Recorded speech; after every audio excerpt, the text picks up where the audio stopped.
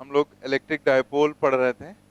तो उसमें electric dipole में टाइम पीरियड ऑफ ऑसिलेशन तक हम लोगों ने देख लिया था।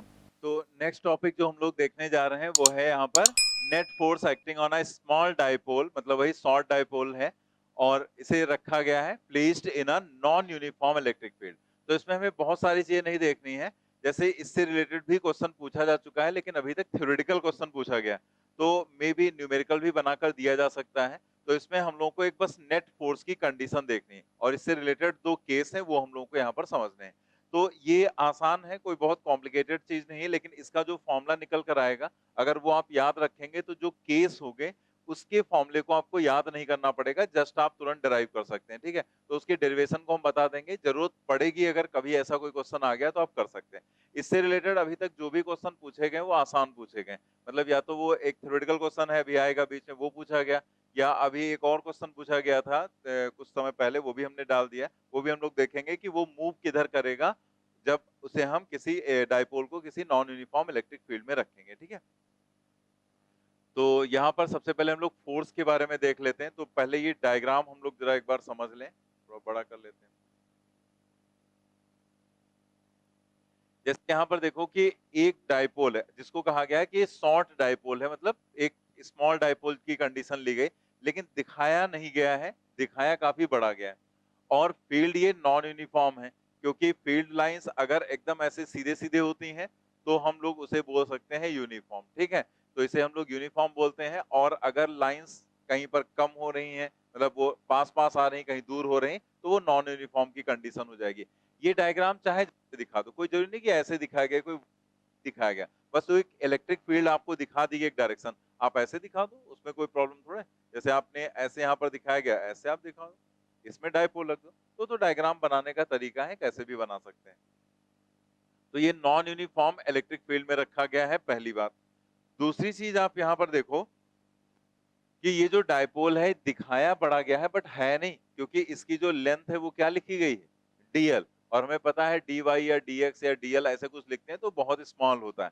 तो ये डायपोल ऐसे रखा गया है, अगर हम कहीं पर डायपोल मोमेंट की डायरेक्शन दिखाते हैं तो माइनस क्यू से प्लस क्यू में, तो ये माइनस है ये प्लस है, तो इस डायरेक्शन में हम लोग यहाँ पर पी को रिप्रेजेंट करेंगे।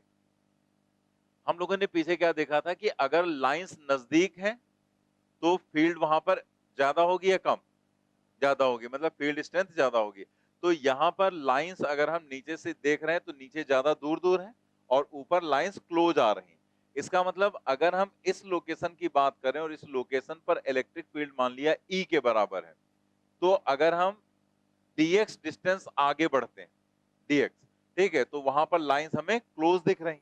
तो इसका मतलब इस लेवल पर अगर हम इलेक्ट्रिक फील्ड देखें तो थोड़ा सा ज्यादा हो जाएगी, क्योंकि हम बहुत ज्यादा तो आगे गए नहीं, डीएक्स डिस्टेंस आगे गए। तो डीएक्स डिस्टेंस जाने पर जो इलेक्ट्रिक फील्ड यहाँ पर हो गई उसे हमने मान लिया वो क्या है, ई प्लस टी। समझ गए ना, मतलब यहाँ पर इलेक्ट्रिक फील्ड अगर ई है तो इस लेवल पर जो इलेक्ट्रिक फील्ड है डीएक्स डिस्टेंस आगे जाने पर वो क्या हो गई, ई प्लस टी। अगर यहाँ माइनस क्यू चार्ज है तो इस पर फोर्स लगेगा इलेक्ट्रिक फील्ड के अपोजिट, तो अपोजिट डायरेक्शन में दिखा दिया गया कितना, क्यू। ये प्लस क्यू चार्ज है तो इस पर लगेगा इलेक्ट्रिक फील्ड की डायरेक्शन में, तो यहां पर जो फोर्स है वो ऊपर की तरफ दिखा दिया गया Q E plus D.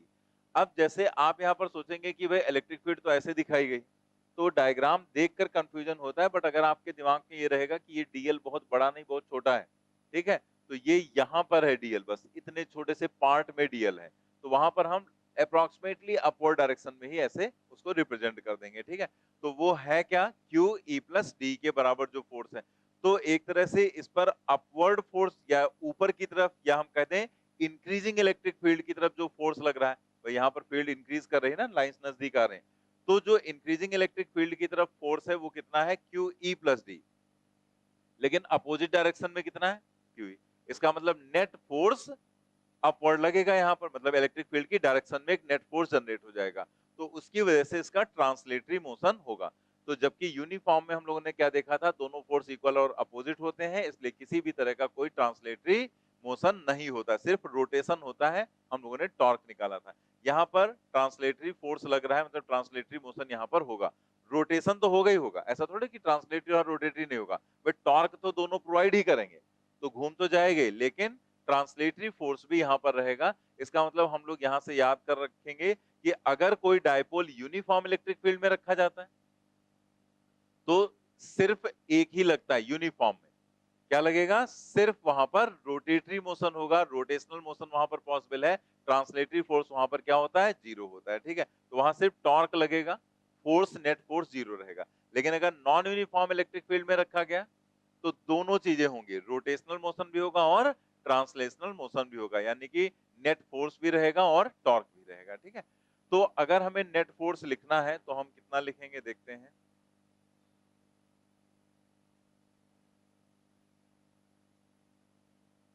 Net force on dipole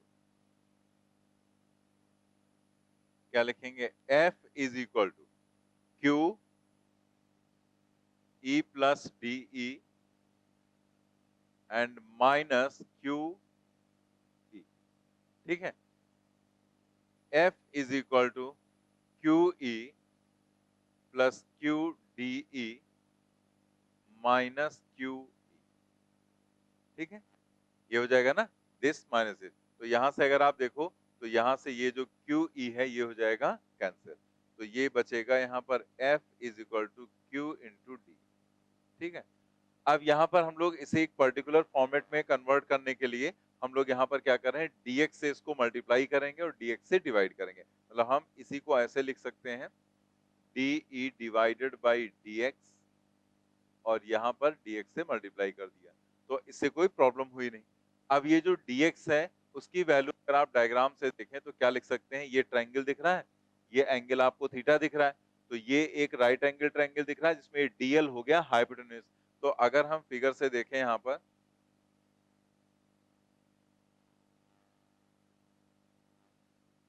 यही लिख देते हैं, क्या करते हैं, now from figure dx is equal to क्या हो जाएगा, dl cos थीटा। ये दोनों लाइंस यहाँ पर पैरेलल है, तो ये थीटा है तो ये भी थीटा हो जाएगा, तो ये dx थीटा साइड कंपोनेंट होगा तो वो हो जाएगा dl cos थीटा। तो dx की ये वैल्यू रख दो, तो यहां से क्या आ जाएगा, f is equal to q d by D x और इंटू डी एक्स के ऊपर क्या आ जाएगा, dl cos थीटा। ठीक है, जिसे हम लोग यहाँ पर लिख सकते हैं q into dl।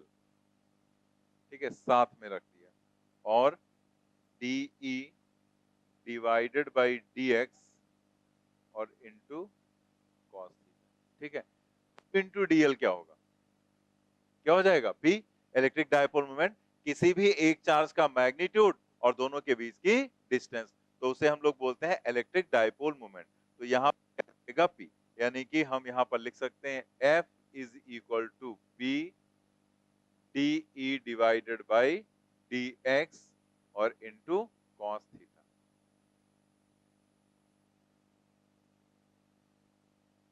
Into cos,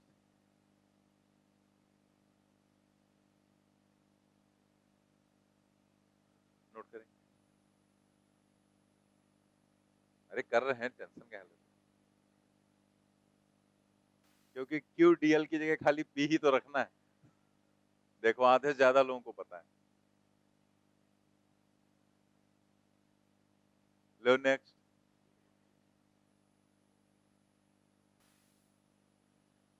अब यहाँ पर कुछ थ्योरेटिकल पॉइंट्स हैं, उनको हम लोग समझ लेते हैं, वहीं से क्वेश्चन भी जनरेट किया गया था।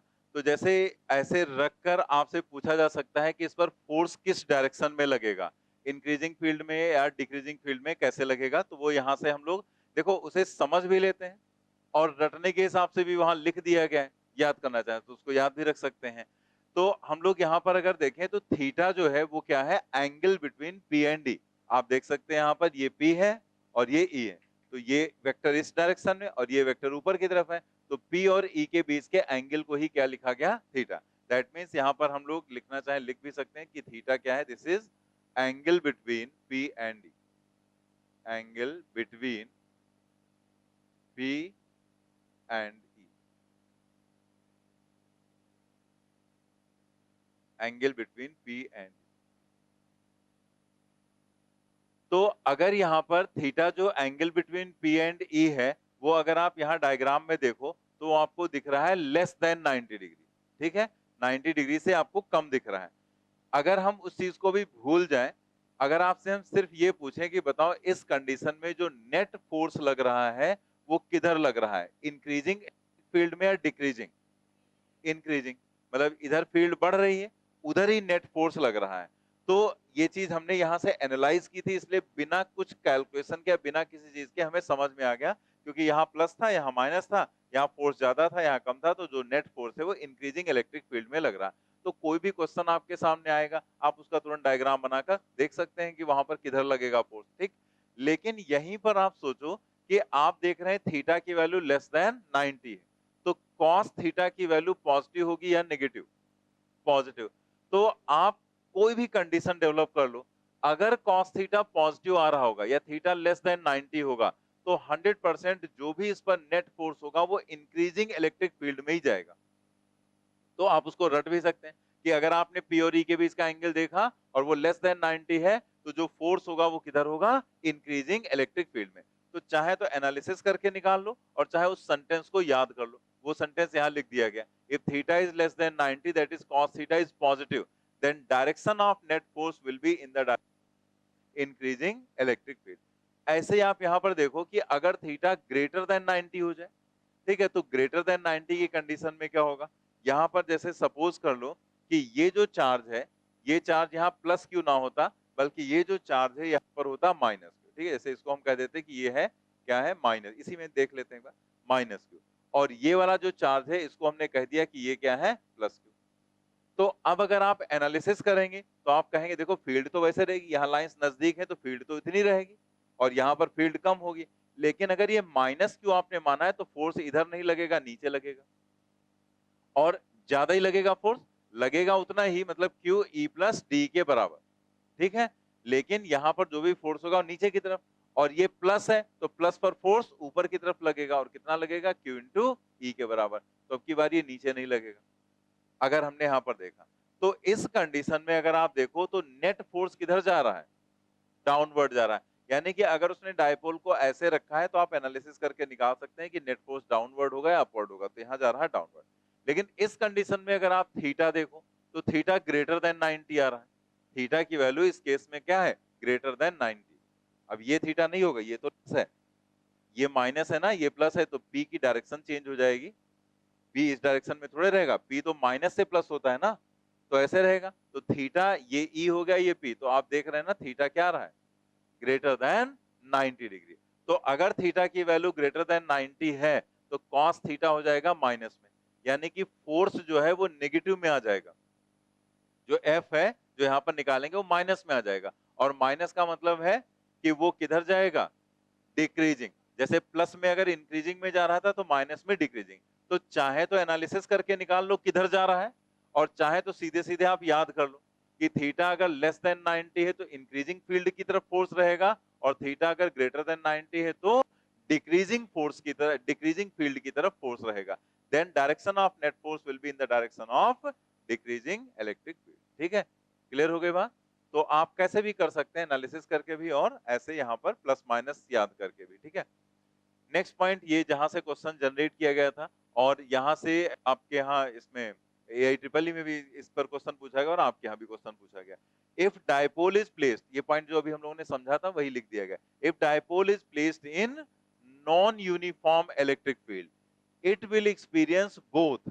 तो नॉन यूनिफॉर्म में दोनों चीजें ये एक्सपीरियंस करेगा, both a resultant force and a torque, मतलब दोनों चीजें होंगी। Therefore it will show both translatory and rotatory motion, while in case of uniform electric field a dipole shows only, ठीक है, सिर्फ क्या शो करेगा?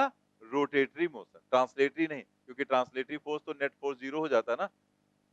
तो वहां पर हम लोगों ने नेट फोर्स नहीं निकाला था, सिर्फ हमने टॉर्क निकाला था। तो यूनिफॉर्म में सिर्फ टॉर्क होता है, यानी कि सिर्फ रोटेशनल मोशन, और यहाँ पर दोनों तरह के होंगे। हालांकि यहाँ हमें और कुछ निकालना नहीं है, बट ऐसे थ्योरेटिकली हम याद रखेंगे कि यहाँ पर टॉर्क भी होगा और यहाँ पर क्या होगा? नेट फोर्स भी होगा, ठीक है। तो ध्यान रखेंगे पॉइंट से। अब यहाँ पर इससे रिलेटेड दो केसेस हैं। तो इन केसेस को हम लोग यहाँ पर समझ लें। जैसे ऐसे ही केस बनाकर आपके यहाँ क्वेश्चन पूछा गया था, अभी हमने क्वेश्चन डाल दिया है, हम लोग करेंगे, ठीक है। तो यहाँ पर बस थ्योरेटिकल पूछा गया था कि वो किधर मूव करेगा, ठीक है। तो वो तो चीजें बात की, लेकिन अगर थ्योरेटिकल क्वेश्चन पूछा गया तो मे भी कभी न्यूमेरिकल भी जनरेट कर दे, क्योंकि पूछा जा चुका है क्वेश्चन। तो हम लोग यहाँ पर देखेंगे कि अगर एक ये पॉइंट चार्ज है, पॉइंट चार्ज की फील्ड कैसी होगी, यूनिफॉर्म या नॉन यूनिफॉर्म? कुछ लोग यूनिफॉर्म भी बोल, नॉन यूनिफॉर्म होगी ना। फार्मूला देखो 1/4πε0 q बाई आर स्क्वायर। तो जैसे जैसे आर बढ़ेगा फील्ड कम होती जाएगी, ठीक है। तो यूनिफॉर्म है ही नहीं, नॉन यूनिफॉर्म। और देखने से भी तो पता चल रहा है, जैसे जैसे आप आगे जा रहे हैं लाइंस दूर हो जा रही, जैसे जैसे आप क्लोज आ रहे हैं लाइंस नजदीक आ रही है, ठीक है। पास पास है यहाँ पर लाइन सब। तो इसका मतलब क्या है, आगे जाने पर लाइंस दूर हो जा रही यानी कि फील्ड चेंज हो जा रही। तो पॉइंट चार्ज की जो इलेक्ट्रिक फील्ड होगी वो फार्मूले से देखो चाहे डायग्राम से, दोनों तरह से वो नॉन यूनिफॉर्म। तो इस नॉन यूनिफॉर्म फील्ड में एक डाइपोल को रखा गया। अब जैसे यहाँ पर हमें कुछ दिखाना नहीं था तो हमने ऐसे ही बस छोटी छोटी लाइन ड्रॉ कर दी, लेकिन ये लाइंस हैं तो आगे तक, जहां तक बनाना चाहे बना लें आप। तो ऐसे ये भी लाइंस हम आगे तक खींच सकते हैं यहाँ पर। तो ऐसे इसमें चूंकि रखना था थोड़ा सा आगे दिखा दिया गया। यहाँ पर ये जो चार्ज है, यहाँ से x डिस्टेंस पर हमने एक डाइपोल को रखा, ठीक है। यहाँ से x डिस्टेंस पर छोटा डाइपोल हम लोग यहाँ पर जो भी देख रहे हैं, ये अ dipole placed in uniform electric in electric field of a point charge, ठीक है। तो यहाँ पर जो भी हम लोग काम कर रहे हैं वो सब शॉर्ट डाइपोल के लिए है, क्योंकि पीछे आपको हेडिंग में डलवा दिया गया था ना, यहाँ पर हेडिंग में कि देखो क्या पड़ा हुआ है, सिर्फ स्मॉल डाइपोल, ठीक है। तो उसी के लिए देखना है बस, और किसी चीज के लिए नहीं। तो शॉर्ट डाइपोल का मतलब ये डाइपोल बहुत ही छोटा है यहाँ पर। तो मान लिया x डिस्टेंस पर उसको रखा है हमने, और dx डिस्टेंस अगर हम आगे बढ़ते हैं तो वहां पर इलेक्ट्रिक फील्ड में कुछ चेंज होता है, तो वो नॉन यूनिफॉर्म इलेक्ट्रिक फील्ड को रिप्रेजेंट कर रहा है। तो हमारे पास जो फार्मूला है इस पर नेट फोर्स निकालने का, वो फार्मूला क्या है, P d by D x into cos theta. P तो आपको दिया ही गया है, उसे तो हमें निकालना नहीं है। बात करते हैं थीटा की। थीटा क्या होता है, angle between P and E। तो यहाँ पर P और E के बीच का एंगल कितना है, 0। तो यहाँ पर लिख दिया हमने 0 डिग्री।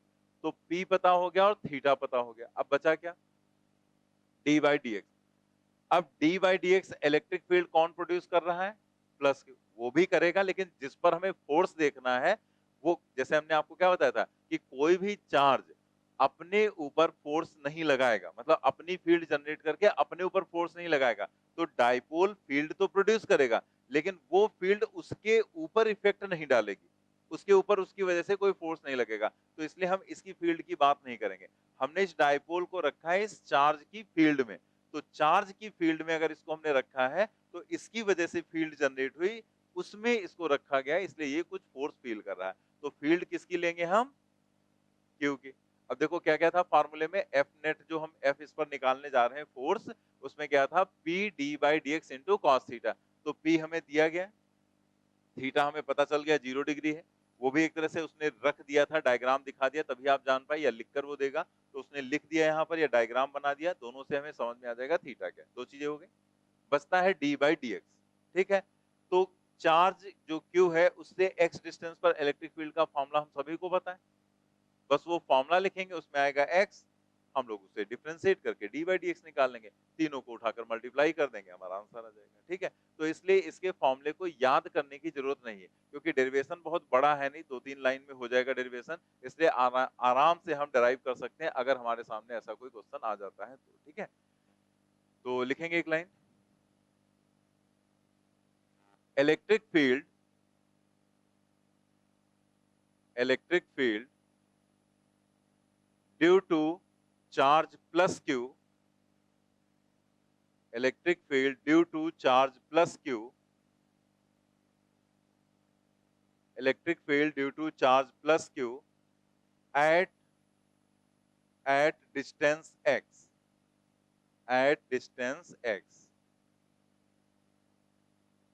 लिख लेंगे E is equal to 1/4π F. अब देखो यहाँ पर 1 की बजाय q लिख देते हैं, ठीक है। यहाँ पर लिख ले, वरना 2 बार लिखना पड़ेगा, कोई प्रॉब्लम नहीं है। 1/4πε0 होता है। तो देखो फॉर्मूला पूरा अपने दिमाग, 1/4 स्क्वायर, आर होता तो आर स्क्वायर लिखते, एक्स है तो एक्स स्क्वायर। तो क्यू हम यहाँ पर रख ले रहे हैं, क्यू अपान 4πε0, ठीक है। अब बचा क्या एक्स स्क्वायर, तो एक्स को ऊपर ले जाएंगे क्योंकि हमें करना है डिफरेंशिएट, तो हम वो 4 बार लिखना नहीं चाह रहे हैं, एक ही साथ लिख दिया एक्स टू द पावर -2, क्योंकि जब ऊपर ले जाएंगे ऐसे रखेंगे तभी हम डिफरेंशिएट कर पाएंगे। तो पॉइंट चार्ज के कारण एक्स डिस्टेंस पर जो इलेक्ट्रिक फील्ड का फॉर्मूला होता है वो यही है। ये मत सोचना कोई नया फार्मूला ये कहां से आ गया, वही लिखा, उसको हमने शॉर्ट में 4πε0 q जो था उसको एक साथ लिख दिया और एक्स स्क्वायर नीचे था उसको ऊपर लिख दिया गया। इसी को डिफरेंशिएट कर लो, d बाई डी एक्स निकालते हैं, तो d बाई डी एक्स की वैल्यू क्या हो जाएगी, q अपान 4πε0 nx n-1, तो -2 x -3, ठीक है, nx n-1। अब आप यहाँ पर इसे ऐसे ही छोड़ दो, क्यों यहाँ पर लिखना अगली लाइन, हम सीधे सीधे फोर्स ही लिख ले रहे हैं, ठीक है। देयरफॉर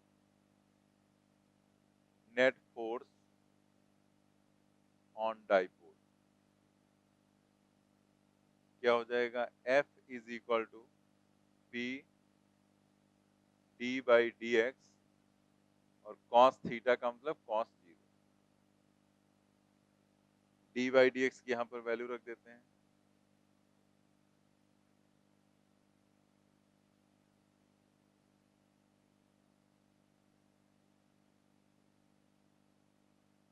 cos 0 की वैल्यू 1, ठीक है। तो बस यही हमारा आंसर हो गया। F इज इक्वल टू, अब इसी को थोड़ा सा सिस्टमैटिक वे में लिख लेंगे, 1/4πε0, ये हो गया, ऊपर आएगा 2pq, माइनस साइन भी आ रहा है यहाँ पर, ठीक है, -1/4πε0 2pq, 2pq और डिवाइडेड बाई क्या जाएगा, एक्स क्यूब,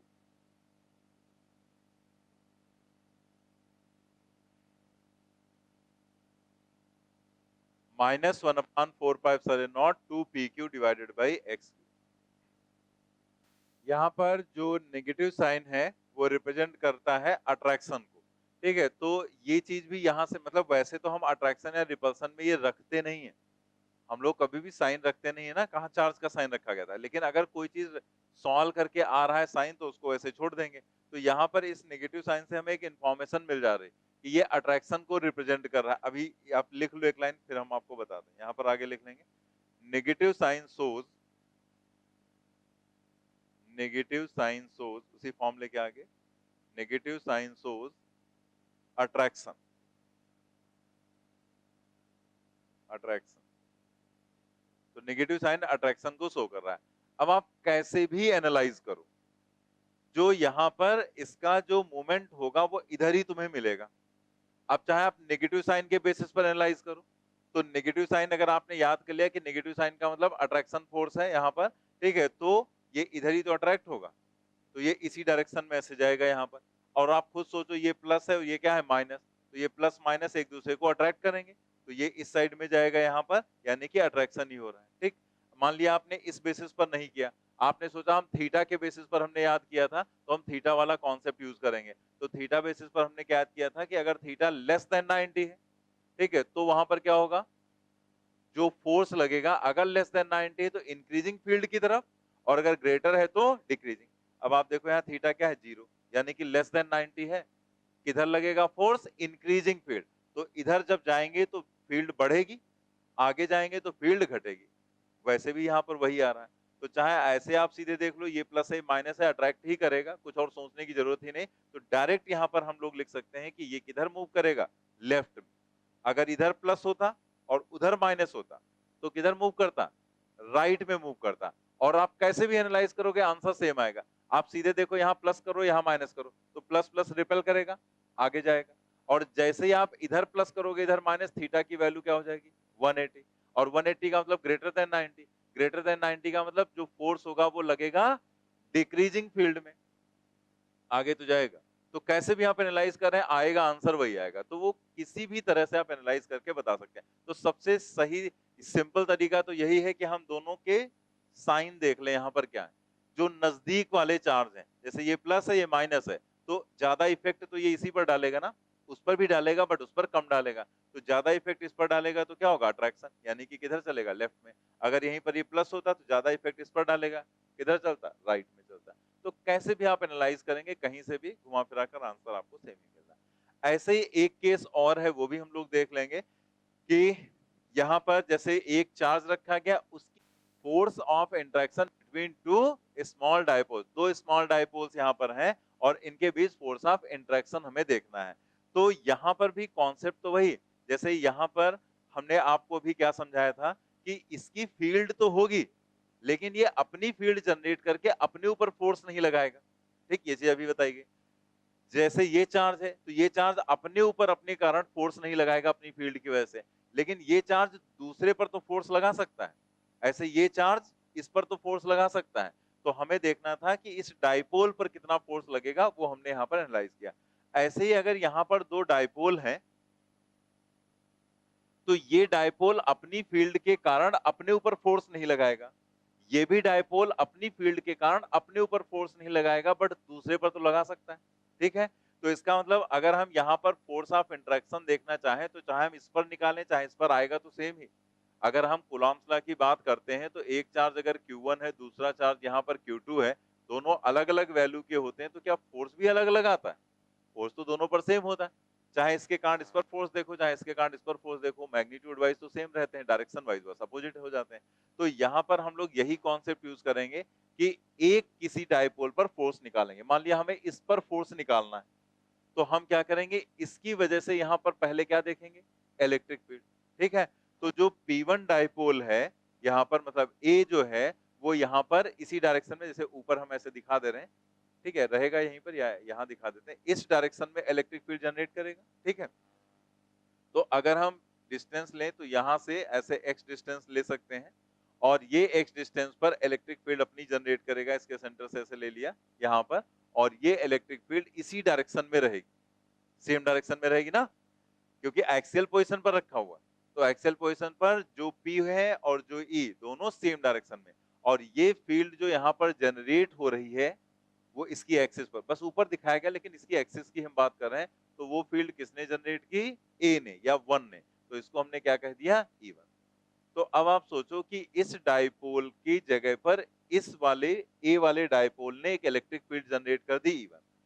अब E1 और P2 दोनों सेम डायरेक्शन में, हमें निकालना है B पर लगने वाला फोर्स, तो फोर्स अगेन वही होगा। अच्छा, इसकी भी फील्ड तो नॉन यूनिफॉर्म होगी। अगर हम डायपोल की फील्ड देखें तो 1/x³ आता है ना, यानी कि जैसे जैसे x बढ़ेगा फील्ड भी घटती जाएगी, चेंज होती जाएगी, यानी कि नॉन यूनिफॉर्म। तो हमें फोर्स निकालना है, तो कैसे निकालेंगे, F = P d/dx into cos theta. तो आप P इस पर फोर्स निकाल रहे हैं, तो इस पर जो फोर्स हो जाएगा वो क्या हो जाएगा, P के लिए हम क्या लेंगे, P2, और d/dx करेंगे तो E1 है तो d E1/dx करेंगे, और थीटा की वैल्यू 0 डिग्री, क्योंकि दोनों P2 और E1 सेम डायरेक्शन में, इसलिए अगेन यहाँ थीटा क्या हो जाएगा, 0। अगर थीटा 0 है, ठीक है, यहाँ पर, तो आप इसकी भी एनालिसिस करके निकाल सकते हैं कि आपको जो भी फोर्स मिलेगा वो इंक्रीजिंग फील्ड की तरफ मिलेगा, यानी कि इधर लगेगा, दूर जाएंगे तो फील्ड बढ़े घटेगी और नजदीक जाएंगे तो फील्ड बढ़ेगी। आप सीधे ये देखो, ये प्लस है माइनस, यही जो नजदीक है वही ज्यादा इफेक्ट डालेंगे, यानी कि ये वाला डायपोल है ये इसकी तरफ अट्रैक्ट होगा, तो किधर मूव करेगा, लेफ्ट में। और अगर हम इंक्रीजिंग इलेक्ट्रिक फील्ड में ले जाएंगे तब भी किधर ले जाएंगे, लेफ्ट में ले जाएंगे। कैसे भी एनालाइज करोगे सेम ही आएगा। ठीक है, तो पूरा कॉन्सेप्ट इसका समझ में आया कि हम लोग यहाँ पर क्या करने वाले हैं, हम लोग यहाँ पर जो डायपोल ए है उसकी वजह से यहाँ पर इलेक्ट्रिक फील्ड निकालेंगे, उसी को हम डिफरेंशिएट करके d/dx निकाल लेंगे, and then P2 d/dx and cos 0, वही हमारा आंसर हो जाएगा। तो अगेन रटने की जरूरत नहीं है, 2 लाइन का डेरिवेशन रहेगा, कर लेंगे। जैसे हम लोग सब चीजें लिखते हैं यहाँ पर तो थोड़ा सा बड़ा हो जाता है, अगर हमें जस्ट एग्जाम में दिखाना हो कि इसका आंसर क्या होगा तो हम 2-3 लाइन से ज्यादा लिखने की हमें जरूरत ही नहीं पड़ेगी, अभी खुद ही आप समझ जाएंगे। तो लिखेंगे यहाँ पर, जितना मैंने डायग्राम में बनाया इसको बना भी लेंगे, लिखेंगे उसी के साइड में, electric field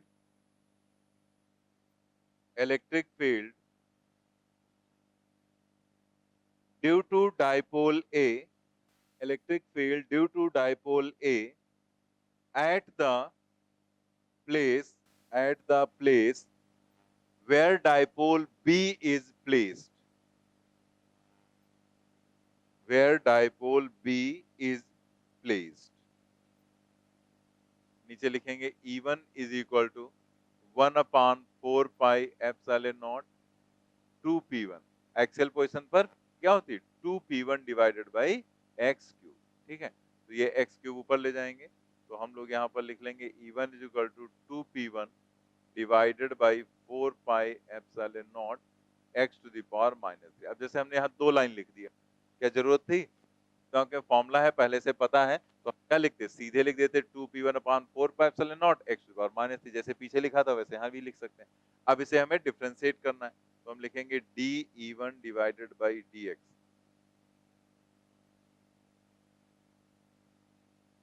2p1 upon 4 pi epsilon not, ठीक है। और जो यहाँ पर ये x टू द पावर -3 है, उसको लिखेंगे -3 x टू द पावर -4, ठीक है। nx n-1। अब यहाँ पर हमें लिखना है फोर्स,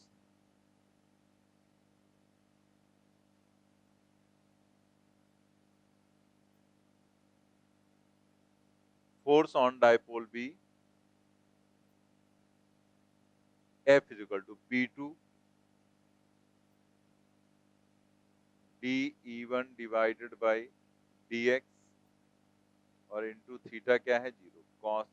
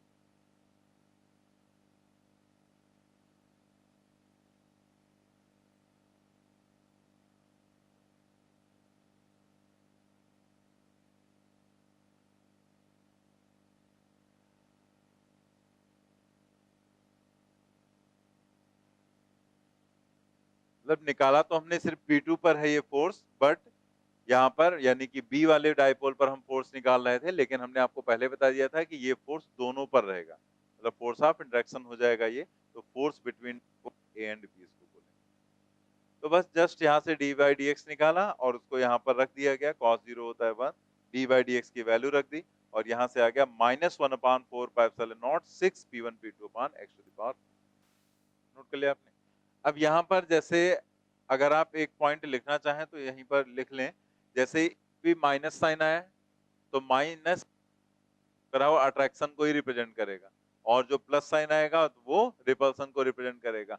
तो जैसे प्लस कैसे आएगा, आप यहाँ देखो ये प्लस था ये माइनस था, तो ये रिपल्सन आ रहा है, ये अट्रैक्शन आ रहा है, ठीक है। और इस कंडीशन में यहाँ पर माइनस आया, और अगर यहीं पर ये प्लस है और इसको घुमा के रख देते तो प्लस हो जाता, ठीक है। तो यहाँ पर साइन भी प्लस का आ जाता और वो रिपल्सन को रिप्रेजेंट करता है, क्योंकि प्लस और प्लस क्या करते हैं, रिपेल।